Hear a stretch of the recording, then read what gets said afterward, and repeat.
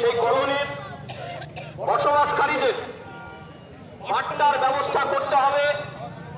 এই এলাকার মানুষ লোকসভা বিধানসভায় ভোট দিতে পায়, পঞ্চায়েতের কোনো ব্যবস্থা নেই, তারা ভোট দিতে পায় না, স্থানীয় শাসন ব্যবস্থায় তারা অংশগ্রহণ করতে পারেন না।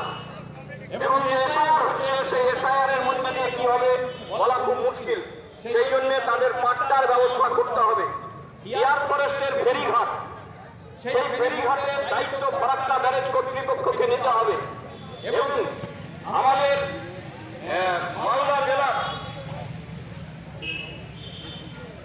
জেলার যে বাঁধ, নতুন করে মিনি বাঁধ, সেটা হচ্ছে লক্ষ্মীপুর জিপির যে নতুন বাঁধ, সেই বাঁধ আমাদের নির্মাণ করতে হবে যাতে বন্যা নিয়ন্ত্রণ করা যায়।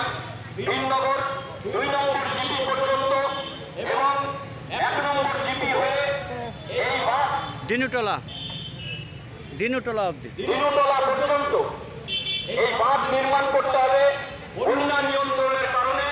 এই দাবিগুলি নিয়ে আমাদের যারা বামফ্রন্টের প্রতিনিধি দল তারা এখানে যাচ্ছেন ডিএম এর কাছে ডেপুটেশন দিতে। আমরা